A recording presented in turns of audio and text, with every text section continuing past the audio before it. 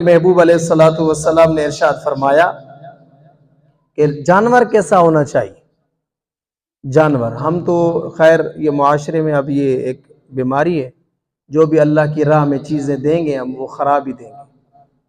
یہ ایک رواج بن چکا ہے. جو گندی چیز دیکھیں گے معاذ اللہ، جو ہمارے کام کی نہیں ہوگی، جو گھروں میں استعمال نہیں ہوگی، وہ چلو جا کے بھائی مدرسے میں دے آؤ، جا کے مسجد میں دے آؤ، چلائیں. وہ ہمارا احسان ہے ان پر.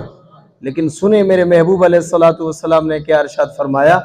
میرے کریم نے فرمایا، مشکات شریف کی حدیث ہے اور کنز العمال کی حدیث ہے. میرے کریم نے فرمایا سمنو ضحایاکم فانھا علی الصراط مطایاکم.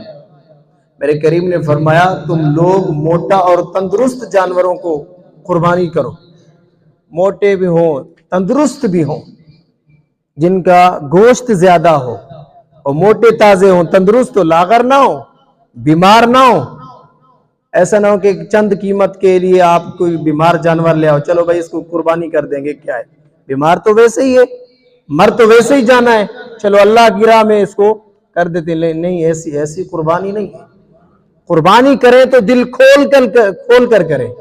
پیسے خرچ کریں تو اللہ کی راہ میں خرچ کر رہے ہیں، اللہ مزید عطا کرے گا اور دگنا عطا کرتا ہے وہ.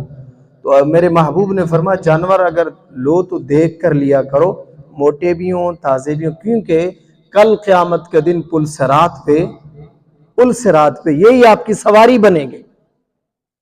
اس پہ آپ بیٹھ کے پل صراط پار کریں گے.